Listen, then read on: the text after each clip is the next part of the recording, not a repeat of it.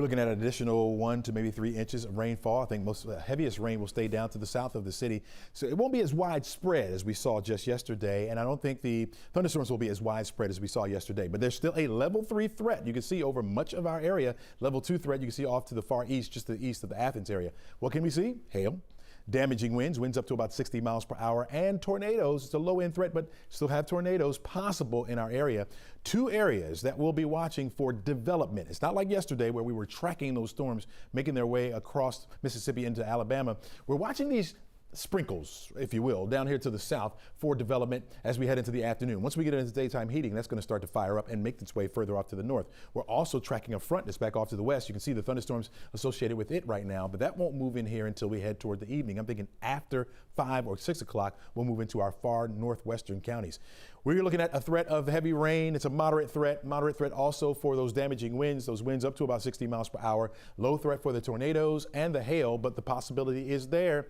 There's a couple of things that could weaken that just a bit. We'll talk about that in the full forecast coming up, but this is just round 2 of what came through yesterday, which packed quite a punch.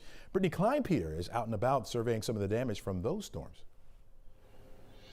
Good morning, Chesley. We are looking at round 1 out here today. We're on Peachtree Hills Avenue at Fairhaven Circle, and you're getting a look at what the damage caused here in this neighborhood. A tree actually fell on one of the power poles, causing a massive power outage. They had been able to reinstall that power pole, and you can see the remnants of the old power pole next to it, but because they were able to work so quickly into the afternoon and at night, you can see most of these homes still have their power back on now. But not only downed trees were an issue yesterday, but flooding, we saw it on Piedmont as well as the Lindbergh neighborhood area.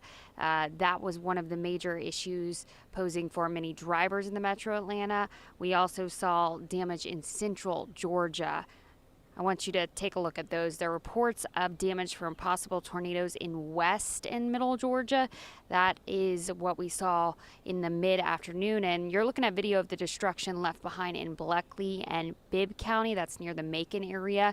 And then we've got to look at the damage coming out of the Savannah area. There were reports of 2 tornadoes there, and 1 person died as a result of those storms. And as Chesley mentioned, this is just round 1.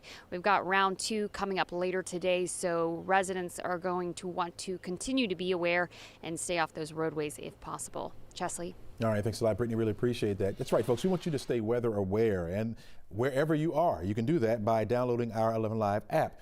You can turn on your alerts for your area, and you'll get alerted right there on your phone. All you have to do is go to the App Store and download the app. It's free of charge. It'll help save you and your family's life.